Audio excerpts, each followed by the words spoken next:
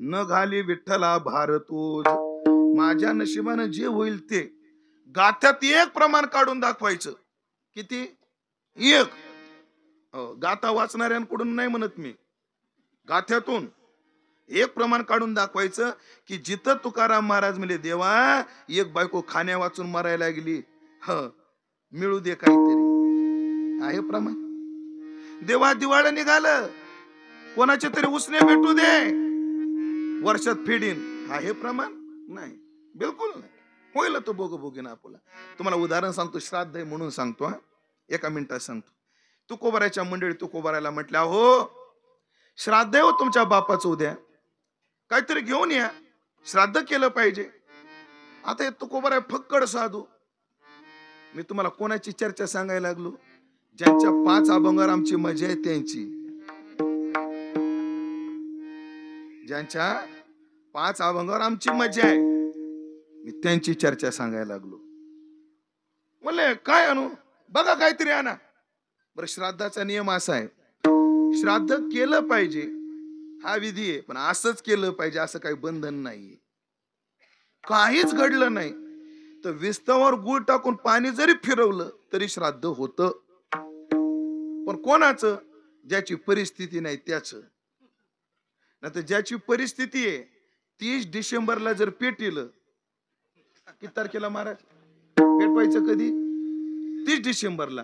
तर 29 डिसेंबरला इजत.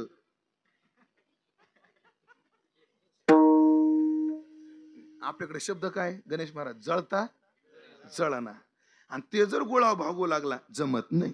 बघा तुम्ही, रामप्रभू वनात गेले, इकडे दशरथ राजे वारले, म्हणजे दशरथाचे किती श्राद्ध वनात आले? निदान 13 का नाही? मग हे 13 श्राद्ध रामाने वनात कसे केले? कडी होती का? पुरणपोळी होती का? कारल्याची फूड होती का? मेथीची भाजी होती का? मग वनामध्ये जी कंद आणि मुळं मिळाली त्याच्यावर श्राद्ध केलं. आपली जशी परिस्थिती असेल तसं केलं पाहिजे. हो, परिस्थिती असेल तर जोरात केलं पाहिजे, नसेल काय तर गुळोपी भागत. असा काय नियम आहे? मग काहीतरी मिळालं पाहिजे श्राद्धाला. मग तुकोबाराय निघाले. तर एक शेतकरी गहू काढीत होता. तुकोबाराय निघालेले दिसले.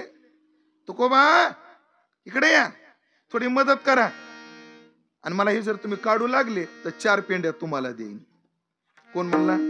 शेतकरी. मैपती बाबांना लय गोड लिहिलंय बरं हे प्रकरण, मैपती बाबाच्या चरित्रात आहे. नाही, तुकोबारायचं स्वतंत्र चरित्र आहे, त्याच्यातलं आहे.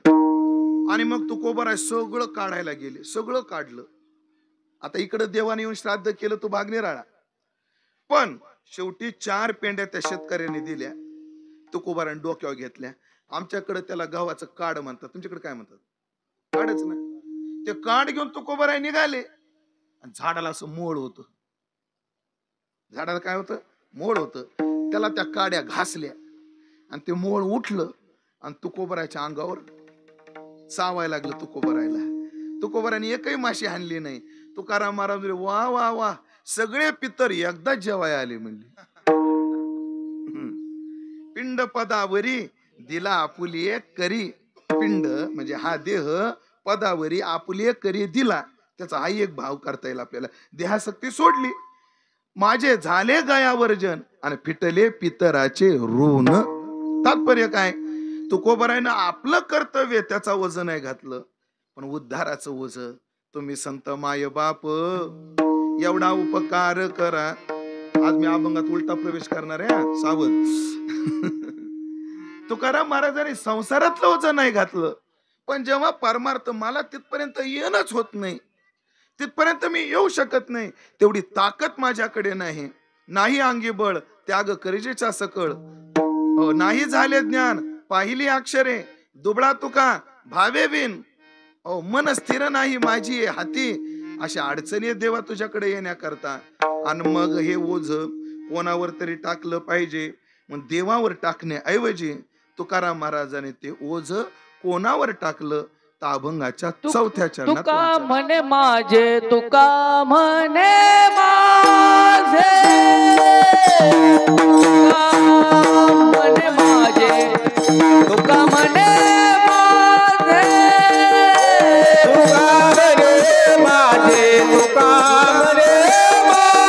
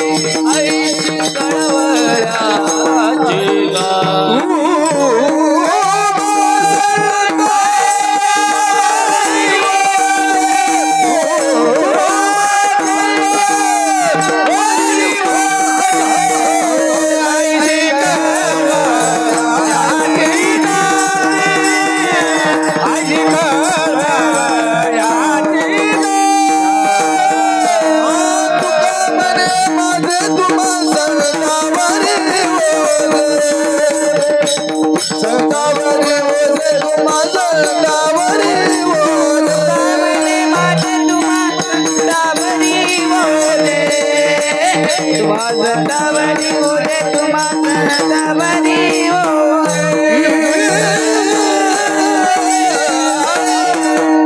जगद्गुरु तुकोबाराय आपल्या उद्धाराची जिम्मेदारी संतांवर टाकतात. तो का म्हणे माझे तुम्हा संतावरी ओझे. संतांवरच का टाकतात? आपण पहिल्या ओळीत अभंग म्हणतो हा काकड्याला, त्याचे 2 अभंग माग चला लगेच उत्तर सापडतं तुमच्यावर मी का टाकतो. आता तुम्ही कृपावंत आहात म्हणून, साधू तुम्ही साधू आहात म्हणून, संत तुम्ही संत आहात म्हणून, आता तुम्ही कृपावंत साधू संत आणि माझे जीवलग आहात म्हणून तुम्ही जीवलग आहात, साधू आहात, संत आहात आणि तुम्ही कृपावंत आहात. असे असल्यामुळे गोमटे ते करा माझे भार ओझे तुम्हाशी. म्हणून माझं तुमच्यावर ओझ आहे. कोणावर कोणी टाकायला सोपं नाही आणि कोणी कोणावर टाकूही नाही. होईल तो भोग असो. म्हणून मी तुमच्यावर हे ओझ एवढ्या करता टाकायला लागलो.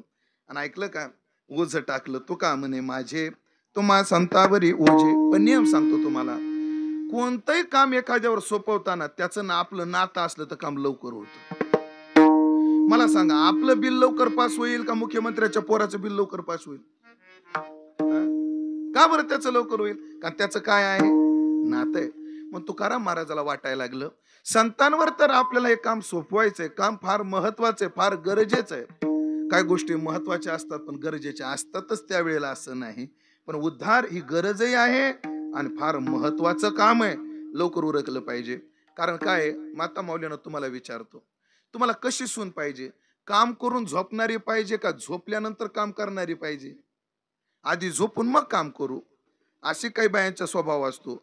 आणि काही बायांचा स्वभाव असतो आधी काम उरकू आणि मग झोपू. मला तरी वाटतं तुम्हाला आधी झोपणारी मग काम करणारी आवडत असेल. मग आधी काय केलं पाहिजे? काम केलं पाहिजे. आणि मग कवर का झोपणा उजडूस तर ते वैकुंठवासी जगन्नाथ अण्णा लय गोड म्हणायचे. जगन्नाथ अण्णा काय म्हणायचे, जुन्या काळातल्या बायांना सगळी कामं घरी करावं लागायची. दळणं सारवायचं होतं, बरेच कामं होती कष्टमय. पण आता तेवढी कामं राहिलेली नाहीत. तरी आताच्या बायला उरकत नाही.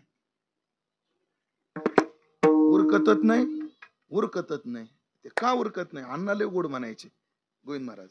अण्णा म्हणायचे जुन्या काळातल्या बाया एवढ्या लवकर उरकायच्या, उठायच्या, घरातली सगळी कामं उरकायच्या आणि सूर्य उगवायची वाट बघायच्या. आता काळ बदलला म्हणे. जुन्या काळातल्या बाया काम उरकून सूर्याची वाट बघायच्या, तो कधी उगवतो. आता काळ बदलला म्हणे. आधी सूर्य उगवतो आणि तो यांची वाट पाहतो, या कधी उठणार आहेत. अण्णाचं पुढचं वाक्य बोलू का? या आज उठणार आहेत का? का यांना उचलावं लागणार आहे? अण्णाची भाषा. म्हणून एवढ्या लवकर उठायच्या. महाराज जुन्या काळातल्या माता माऊल्यांकडे घड्याळी नव्हत्या. मग कशा उठत होत्या? कसा अंदाज येत होता आता सकाळ झाली असेल याचा? आपल्याकडे बायाची जुनी, तुमच्याकडे शब्द ऐकणे मला माहित नाही, पण आमच्याकडे कधी उठली होती ग? पहिल्या चांदणीला. अंदाजे 2:30-3च्या दरम्यान चांदणी उगवती. ती शुक्र असतो. शुक्राची चांदणी उगवली म्हणले कोणीतरी संतांनी. ती काय असते? शुक्राची चांदणी असते. ती 2:30-3 वाजता उगवते. तिच्यानंतर 2.5-3 तासानंतर पुन्हा 5-5:30ला शुक्र, त्याच्या पाठीमागचा गुरुची चांदणी, बुधाची चांदणी, आपलं गुरुची चांदणी असते. नाही, शनी शुक्रानंतर शनीची चांदणी असते. आणि शनी चांदणी संपली, त्याचं अंतर जास्त असल्यामुळे तिला थोड्या वेळ थोडक्यातच दिसते. आणि नंतर मग सूर्यच रवीच येतो. शुक्र शनी रवी, मग सूर्य येत असतो. एवढ्या लवकर उठायच्या. पण काय, काम उरकून झोपणं कधीही चांगलं. तसं माणसानं देवाची प्राप्ती करून घ्यावी. मग किती का आरामानं जीवन जगणं, फावल्या त्या करू चेष्टा. म्हणून काम उरकायचंय. म्हणून संतांवर ओझं टाकलं, पण त्या संतांचं ओझं टाकलं पण ते काम लवकर झालं पाहिजे. कारण जीवन मुक्तीचा विलक्षण आनंद आम्हाला भोगायचा आहे. मग काय, नातं जोडल्याशिवाय काम लवकर होत नाही. मग कोणतं नातं जोडावं? अगदी 2 मिनिटांमध्ये विचार सांगतो पुढे जातो. नाते 2 प्रकारची आहेत, पुरुष नाते आणि स्त्री नाते. मामा, चुलता, काका, पुतण्या, भाऊ, दादा, ही जी नाते आहेत ना, ही पुरुष प्रकृतीची नाते आहेत. मावशी, मामी, ताई, बाई, आई, काकू, भाची, पुतणी, ही स्त्री संबंधानं नाते आहेत. मग पुरुषाची नाती चांगली का स्त्रींची नाती चांगली? तुम्ही माझ्याकडे असं बघू नका, पण सांगतो तुम्हाला, पुरुषांपेक्षा बाया नाती चांगली सांभाळतात. पुरुषापेक्षा गांभीर्याचं नातं कोणतं आहे? स्त्रीचं नातं आहे. म्हणजे धान्याच्या चाळणीनं जर सगळी नाती चालली तर सगळी नाती, पुरुषाची नाती खाली पडतात आणि स्त्रियांची नाती वर राहतात. पण एवढे नाते तर जोडू शकत नाही. मग आता पिठाची चाळणी घेऊ, मग पिठाच्या चाळणीनं चाळली तर 3च नाती शिल्लक राहतात.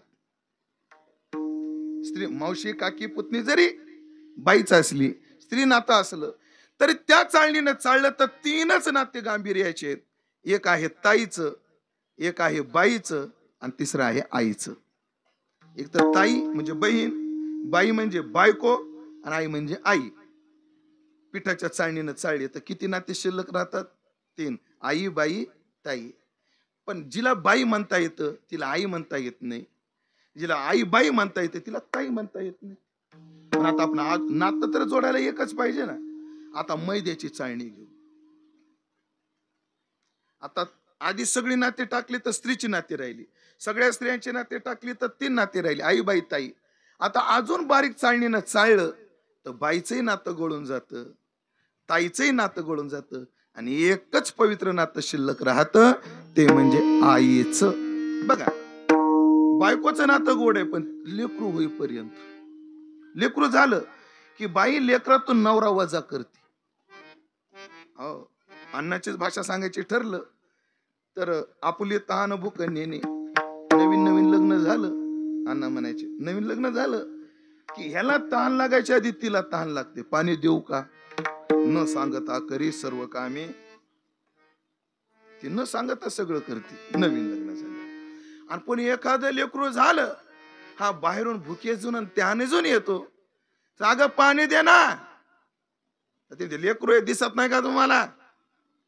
म्हणजे नवऱ्या पुढे कोणाला, लेकरा पुढे कोणाला वजा करते? म्हणजे ह्या नात्याला नेऊन काय, बाईचं नातं जाऊ द्या, म्हणजे बहिणीचं नातं आहे ना, बहिणीचं नातं लय गोड आहे, फक्त शेतातून हायवे तेवढा जाऊ नये. तुम्ही हायवे टच लोक आहे, तुम्हाला लवकर लक्षात येईल आहे ना. शेतातून काय जाऊ नये? हायवे जाऊ नये. हायवे गेला. आता मला नका बोलायला, घ्या समजून आता तुम्ही.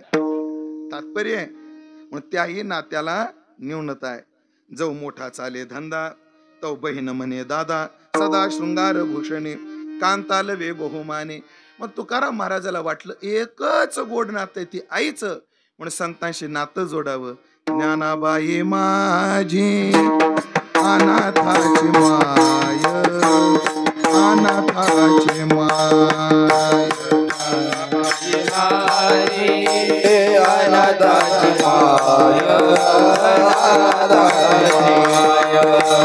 ज्ञानाबाई माझी अनाथाची माय, अनाथाची माय, ज्ञानाबाई माझी अनाथाची माय, अनाथाची माय. सगळ्यात गोड आणि पवित्र नातं आईचं नातं आहे आणि हेच नातं आपल्याला त्यांच्याशी जोडायचं आहे. म्हणून संतांशी नातं जोडलं ते आईचं. खर तर सगळंच नातं जोडलं, पण त्यातली त्यात आईचं नातं पवित्र आहे. हे आईचं नातं जोडलं कोणाशी? संताशी. मग त्या संतांना आई नेमकी काय असते हे समजावून दिलं पाहिजे. बऱ्याच वेळेला असं असतं महाराज, मूर्खाला समजून सांगावं लागतं असं नाही, शहाण्याला जास्त समजून सांगावं लागत. मूर्खाला लवकर कळतं हे म्हणण्यापेक्षा मूर्ख जर चुकला तर तेवढं नुकसान होत नाही. गुरुवर्य तात्याचं वाक्य आहे, 2 भाऊ भांडतात ना, जेव्हा रामदास बुवा 2 भाऊ भांडतात तेव्हा एका घराचे 2 घरं होतात. जेव्हा सरपंच भांडतात तेव्हा एका गावाचे 2 गावं होतात. पण जेव्हा महाराज लोक भांडतात तेव्हा एका जिल्ह्याचे 2 जिल्हे होतात. तो भाग तू हा, ह्याच्या बापानं आणलाय, हे गाव माझं आहे आणि तू तिथं कस काय गेला होता, आणि तिथं सत्ता माझा असतो दरवर्षी, तू तिथं फोन केलाच कसा. दरवर्षी मी असतो गायला, काळ्याच कीर्तन माझं असतं तिथं. अरे कुठं बाप, सगळं विसरायला आलोय आपण काय. म्हणून मोठ्याची चुकलंय अवघड असत, बारक्याचं ठीक आहे. म्हणून शहाण्याला जास्त समजावून सांगावं लागतं, किंवा शहाण्याला शहाणपणाचं स्मरण करून द्यावं लागतं. म्हणून संतांशी मातृत्वाचं नातं जोडण्याकरता तुकोबराय प्रवृत्त झाले आणि मातेची 5 लक्षणं सांगून त्या मातेविषयी तुकोबरायने स्मरण करून दिलं. त्या 5 लक्षणातलं पहिलं लक्षण अभंगाच्या पहिल्या चरणात, लेकुराचे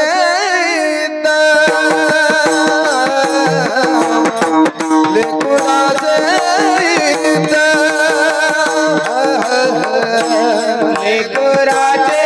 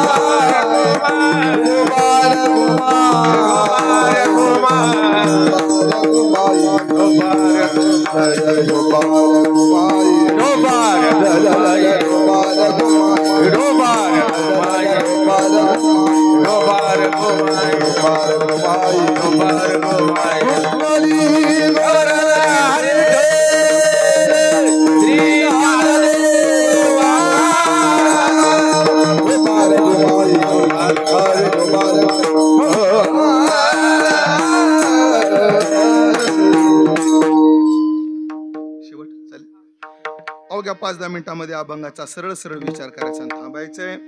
पहिलं नात्याच्या स्मरणातलं गांभीर्य महाराज सांगतात. काय असते आई? आज मी तुमच्यावर ओझं टाकतोय ते मातृत्वाच्या नात्यानं टाकतोय. आई काय असते? जिच्या चित्तात कायम लेकराचं हित असतं ती आई असते. आईच्या चित्तात सदैव कोणाचं हित आहे? लेकराचं. सदैव आहे आणि सर्वांगानं आहे. तुकोबाराचं प्रमाण पहा काय. मातीची चित्ती अवघी बाळकाची व्याप्ती, अवघी आहे आणि अवघा काळ आहे. म्हणजे सगळी चिंता आहे आणि सर्व काळ आहे. शब्द बघायला सारखे आहेत पण अंतर आहे याच्यात. सगळी चिंता आणि सर्व काळ चिंता आहे. सदैव लेकराचं हित आई पाहते. जिवंत असते तोपर्यंत नाही, मेल्यावर सुद्धा लेकराचं हित आई पाहते. मेल्यावर सुद्धा तिला लेकराची काळजी असते. ऐका मंडळी, मला तुमची आई नाही सांगता यायची, मला या 4 भावंडाची आई सांगता यायची नाही, पण मला माझी आई सांगता येईल. आधी शिवाजी महाराजाचं एक उदाहरण सांगतो. उदाहरण फार गोड आहे. आईच्या चित्तात सदैव लेकराचं हित. आता ते मगाच्या नात्याचा आधी एक मिनिटात सांगून जातो. बाईच्या चित्तात, बहिणीच्या चित्तात भाऊ आहे, पण लग्न होईपर्यंत. लग्न झालं की बाई नवऱ्यातून भावाला वजा करते. तायडे हे जर 8-15 दिवस राहायला मस्त उन्हाळ्याचं शांत फिरायला जाऊ, इकडं जाऊ तिकडं जाऊ. ते दाद्या तुलाच वाटतं का मला नाही का फिरावं वाटत?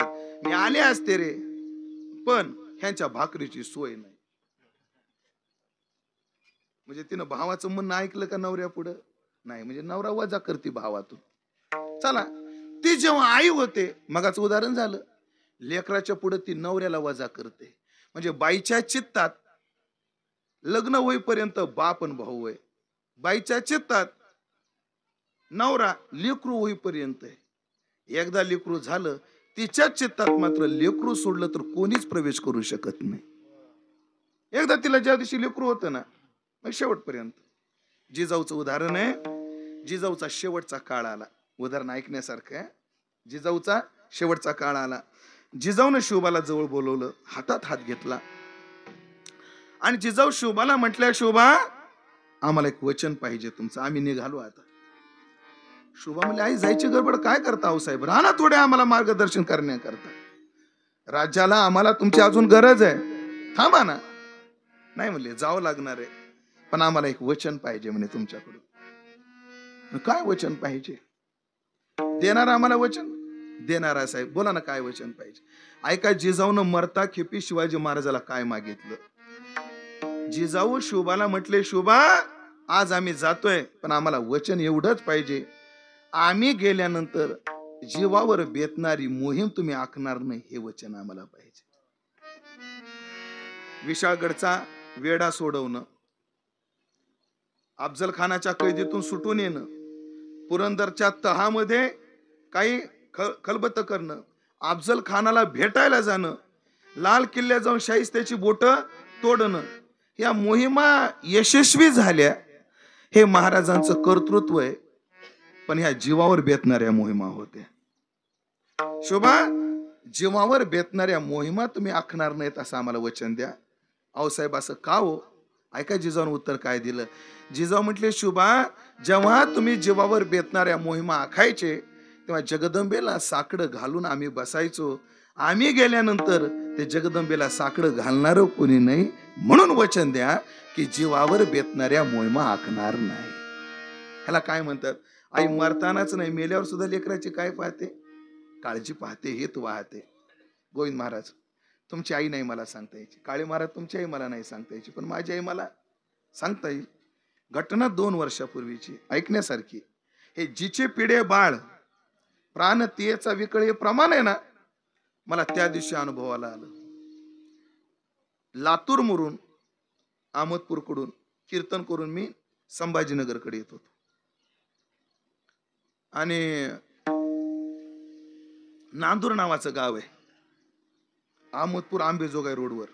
आपले गोपाळे महाराज आहेत ना, माधव महाराज गोपाळे, त्यांचं गाव नांदूर गाव. तर सिमेंट रोडचं काम चालू. आता तुम्ही सिमेंट रोडच्या बाजूला राहणारी माणसं, तुम्हाला लवकर लक्षात येईल. सिमेंट रोड काम चालू, मग ग्रामपंचायतची हद्द आली की काम लवकर होत नाही. मग ग्रामपंचायतच्या त्या नांदूरच्या हद्दीपर्यंत सिमेंटचा रोड झाला महाराज. रोड एवढा मोकळा, तो टाटा हॅरियर गाडी होती माझ्याकडे, 120च्या स्पीडनं गाडी चालत होती. कितीच्या? 120च्या स्पीडनं. आणि ती खटका जो आहे ना, जवळजवळ 1.5-2 फुटाची ती उंची असते, लक्षातच आली ना. जी गाडीनं उसाळी मारली, तर 120च्या स्पीडच्या गाडीनं तेवढ्या खटक्यातून ती गाडी एवढी आदळली, गाडीच्या एअरबॅग ओपन झाल्या, एवढी आदळली. हे रात्री घडलं 2 वाजता बाबा. किती वाजता घडलं? 2 वाजता घडलं. गाडीमध्ये सगळा धूरच धूर. मला वाटलं गाडीने पेट घेतला.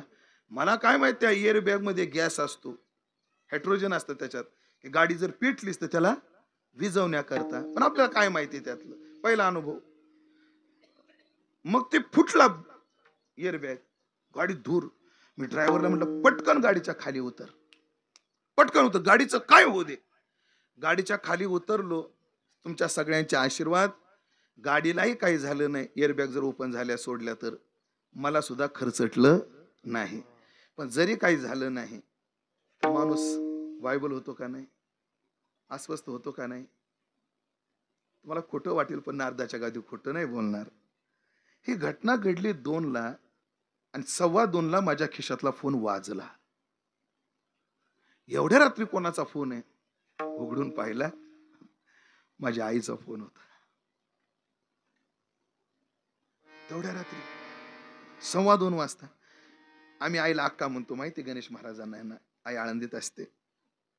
म्हणलं आईचा फोन पाहिला, अशा प्रसंगी माझ्या डोळ्यात पाणी चालू महाराज. जीवाचे सोयरे भेटे ज्ञानोबा राय म्हणतात तशी गत आहे ती. माझ्या डोळ्यात पाणी आलं, पण म्हणलं मी जर आता थोडा रडलो आणि हिनं जर ऐकलं तर ही झोपणार नाही आणि घरात कोणाला झोपू देणार नाही. मग मी सगळा तो औंढा गिळला. फोन उचलला. हॅलो, बोला का, काय झालं एवढ्या उशिरा फोन केला? माझी आई पहिलंच वाक्य वापरलं, तू कसा आहेस? नारदाच्या गादीवर महाराज, तुम्ही योगायोग समजा नाही तर काय समजा. महाराजजी आईने शब्द काय वापरला, तू कसा आहेस? मला काय झालं? नाही रे, अर्धा तास झालं माझ्या चित्ताची नुसती बेचैनी व्हायला लागली आणि मला तुझी आठवण यायला लागली म्हणून मी फोन केला. एका बाजूला रडत होतो, पण न रडण्याचं आव आणून शांत झोप म्हणलं, उद्या सकाळी सांगतो सगळं काय काय आपलं निवांत आहे मी, व्यवस्थित आहे, काय झालेलं नाही, शांत झोप बरं तू. आता ठेवता ठेवता पुन्हा एक वाक्य वापरलं, खरंच चांगला आहेस ना तू? अंगावर काटा आला, फोन ठेवला आणि ड्रायव्हरचा गळा धडून 15 मिनिटं रडलो, तेव्हा मन शांत झालं. हे आईशिवाय कोणी करू शकत नाही. म्हण लेकुराचे हित वाहे सदैव तिच्या चित्तात लेकराचं हित असतं. माझं हित कशात आहे? कदाचित माझी माय भोळी हो, माझ्या मायला हिताची कळकळे पण ज्ञान नाही. पण संतांनो, तुम्हाला कळकळे आहे आणि ज्ञान आहे म्हणून तो का म्हणे माझे तुम्हा संतावरी होजे. काय काय माणसं प्रत्येकाबद्दल हित दाखवताना ते नाटकानं दाखवतात. मी तुमच्यावर प्रेम दाखवतो, तुम्ही माझ्यावर प्रेम दाखवताय, स्वार्थ असतो आपल्या ह्याच्यात. पण आई स्वार्थानं करते का? नाही, ती नाटकानं करत नाही, तिचा तो स्वभाव आहे. आईशी कळवळ याची जाती हो, करी लाभावी ना प्रीती. ती जातच अशी आहे की तिला मनातूनच लेकराविषयी प्रेम. हे नाटक नाही, तो तिचा काय आहे? ऐसा मातेचा शब्द काय वापरला महाराजांनी? स्वभाव आहे हा, ते नाटक नाही. आम्ही परस्पराविषयी जेव्हा जिव्हाळा दाखवतो ना, गोविंद महाराजाचं बोट तुटलं, अहो महाराज कसं काय झालं महाराज? खरे आपल्या बोलण्यामध्ये काय कृत्रिमता आहे.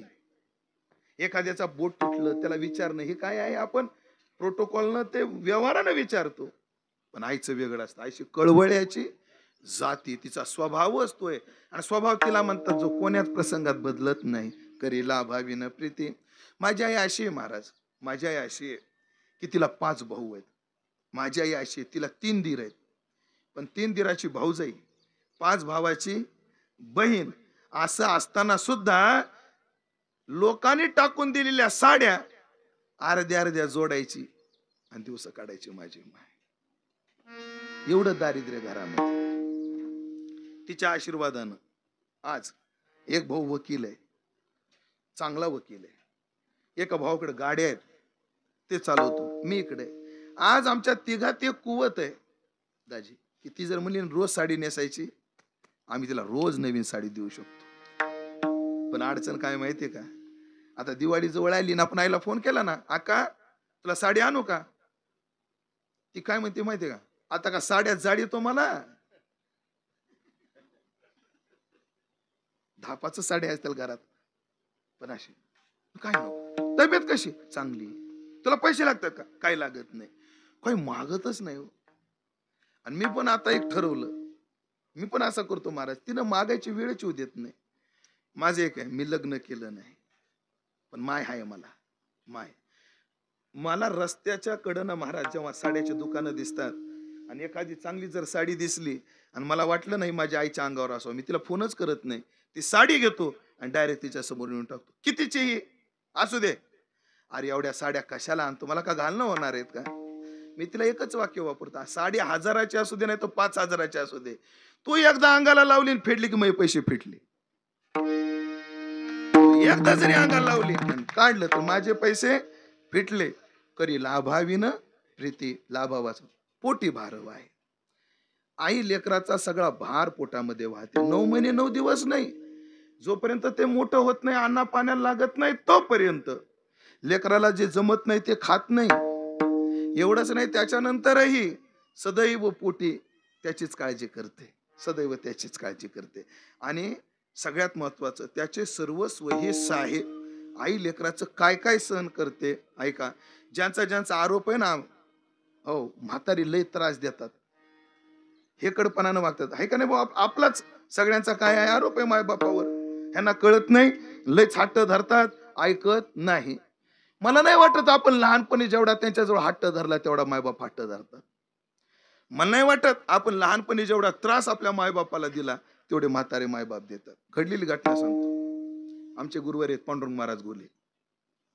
त्यांच्या मोठ्या मुलाचा मुलगा नातू, रामकृष्णाचा पोरगा,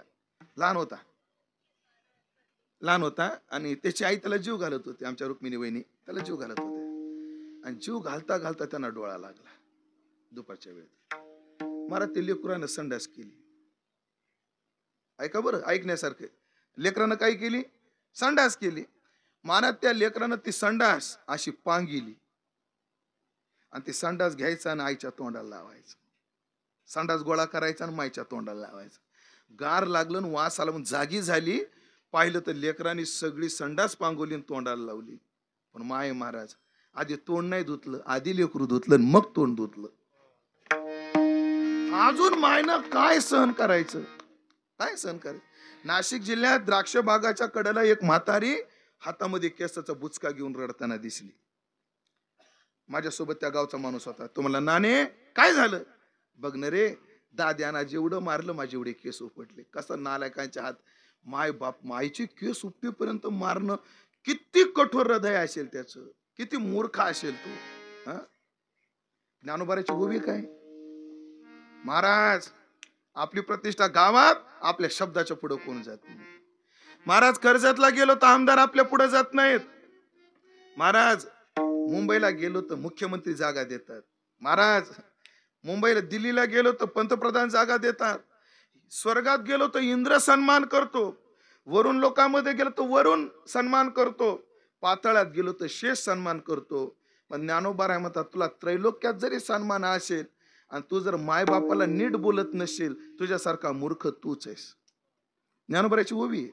तरी माता पितरा, तरी घरी माता पितरा, धड बोली नाही संसारा, एरवी विश्वभरी आदरा, मूर्ख जैसा.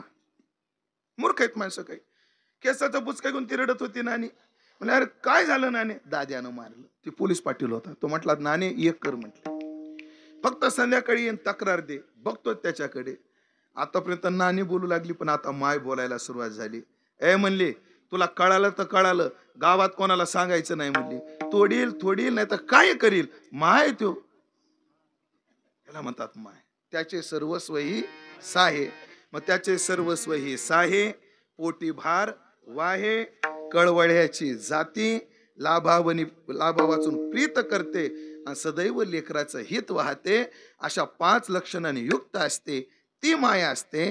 आणि ते नातं मी तुमच्याशी जोडतोय.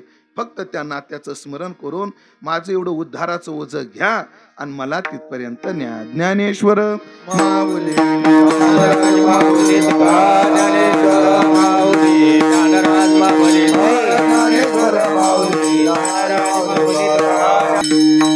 असाच आपला कष्टमय संसार आदरणीय द्रौपदाबाई बाबूराव कायगुडे यांनी केला. त्यांची शिवाजीराव, आजीनाथ आणि गोरखी 3 मुलं आणि कुसुमताई ही कन्या.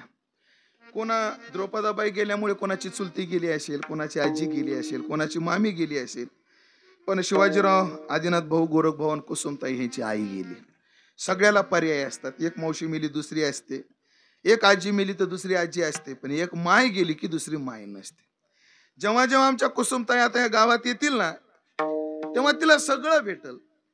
तिला भारी चोळी बांगडी भेटल, तिला सन्मान भेटल, तिला पाहिजे ते खायला भेटल. पण माझ्या कुसुमचं काय चाललंय हे पाठवून हात फिरवणारी माय नाही भेटायची. कारण बाई माहेरात का जाते तर केवळ मायचं सुख असावं म्हणून जाते. आता चोळी बांगडी करतात तर पडणाऱ्या बाया राहिल्या नाही, भरपूर आहे आता. मग माहेरात काय यायचं असतं की माय बाप काळजी करणारे असतात आणि त्यांच्या पाठवून फिरवलेला हात त्याच्या ताकदच वेगळी असते. महाराज आम्हाला माय बापापेक्षा कमी नव्हते बोधे बाबा, आईच्याही पुढचे. काळे महाराज खरं सांगतो बरं, पंढरपुरात मन लागत नाही हो आता. पंढरपुरात चातुर्मास मध्ये गेलं ना गोविंद महाराज, एक हेतू असायचा, नामदेव मंदिरात गेलं तर गोले बाबा भेटते, यशवंत भुवनामध्ये गेलं तर बाबा भेटते. विचार आमच्या गुरुबंधूंना. आमच्या बोधे बाबाने खांद्यावर हात टाकला की दोनच गोष्टी, एक तर भजनाला चला नाही तर भोजनाला चला. सोय होते महाराज आपली, पण त्या श्रीखंडामध्ये सुद्धा ती चव नाहीये की जी बोधे बाबा असताना होती. असं प्रेम असतं. म्हणून आपल्या गुरुवर यांचा, गुरु हा मायबापच असतो, त्यांचा हात हे वेगळं सुख असतं. म्हणून या तिन्ही भावंडाला आणि कुसुमताईला हे दुःख आहे ते सहन करण्याची ताकद विधात्याने त्यांना द्यावी अशी प्रभूचरणी प्रार्थना करतो. आणि शास्त्र असं सांगतं, ज्याला माय नाही त्याने देवाला माय म्हणत जावं, ज्याला बाप नाही त्याने देवाला बाप म्हणत जावं, कारण तोही नाते फार चांगली सांभाळतो. म्हणून वैकुंठवासी द्रौपदाबाई यांचं जीवन कसं आहे, मला वाटतं राम महाराजाच्या वडिलाचं नाव काय, आजीनाथ भाऊ. हो, आमचे आजीनाथ भाऊ यांची आता राम महाराजामुळे त्यांचा थोडा परिचय, बाकी भाऊ आजच नाही, शेती करतायत, उत्तम कष्ट करून काळ्या आईची सेवा करून आपल्या संसाराचा निर्वाह करतायत, वादच नाहीत. पण आमचे आजीनाथ भाऊ यांची साधू प्रियता काय आगळी वेगळी. खरं तर आज या ठिकाणी वर्ष श्राद्ध होतं, पण या वर्ष श्राद्ध माझ्या आईच आहे, म्हणून साधू संतांची सेवा घडली पाहिजे या दृष्टिकोनातून आज त्यांनी गुरुपूजन सुद्धा ठेवलेलं आहे. त्यानंतर त्यांचे संस्कार एवढी पुण्यवान आहे की असा भजन करणारा मुलगा आहे, हो, भजन करणारा जसा मुलगा आहे तसा नातू सुद्धा आता कीर्तनकार आहे. आणि एवढंच नाही, मुलगा सुद्धा हरिभक्त, नातू सुद्धा हरिभक्त. आणि ऐका, मुलगा राम महाराज, नातू, मुलगा म्हणजे आजीनाथ भाऊ, नातू म्हणजे राम महाराज, आणि पंतू सुद्धा वैष्णव आहे. त्याचं नावच काय आहे, पंतू, बरोबर ना रामा, पंतू. म्हणून ज्ञानोबाराचे ओवी लय गोड आहे, तेवढी अर्धे ओवी सांगतो. काही काही झाडाला फळं आलीच पाहिजे असं नाही, काही काही झाडाची सफलता फळ येण्यात आहे. आंबा लावण्याचं साफल्य कधी, फळ आलं तर. लिंबोनी लावण्याचं आपलं जाऊ द्या, पेरू लावण्याचं साफल्य कशात आहे महाराज, फळ आलं तर. पण एक झाड असं आहे ज्ञानोबारामध्ये, त्याला फळ येत नाही तरी जीवन सफल आहे म्हटले. न फलताही सफलता जैशिका नाग लतिका. म्हणून आदरणीय नामदेव शास्त्रीचं एक वाक्य आहे. नामदेव शास्त्रीचं वाक्य काय, देव न मानणारी काय काय देव माणसं असतात. म्हणून आईसाहेबांनी किती परमार्थ केला मला माहित नाही, पण पुढची पिढवी अशी घडवली त्या अर्थी नक्कीच ती माता धन्य असेल. त्या धन्य मातेला पुन्हा पुन्हा एकदा नमन करतो. पुन्हा एकदा या परिवाराने मला या ठिकाणी आमंत्रित केलं त्याबद्दल त्यांचे आभार मानतो. या ठिकाणी असणारी महाराज लोकांची यादीच एवढी मोठी आहे, ते पुन्हा वाचणं सगळ्याचा नामोल्लेख करणं शक्य नाही. सकाळा चरणी जीव माझा हा भाव व्यक्त करतो आणि एकच सांगतो, एवढे महाराज लोक एका कार्यक्रमाला बोलून बघा, मग कळतं काय असतं. पण एवढी मंडळी आली, तुकोबाराचं प्रमाणे माने पाचारिता नवे आराणू, पण ऐशी येते लोकप्रियतेसाठी या परिवाराचा अध्यात्मात असणारा हा प्रवेश, त्याचं हे प्रतीक आहे. पुन्हा एकदा सगळ्यांचे आभार मानतो. या ठिकाणी मला सेवेचा योग ज्यांच्यामुळे आला ते आदरणीय आमचे दादा महाराज असतील, आदरणीय आमचे गणेश महाराज असतील, की अत्यंत गोड वाजवणं आणि सुंदर संप्रदायाचं कार्य करणारी मंडळी आहेत. अजून काही मंडळी आहेत, सगळ्याविषयी सद्भाव व्यक्त करतो आणि माझ्या वाणीला पूर्ण विराम देतो.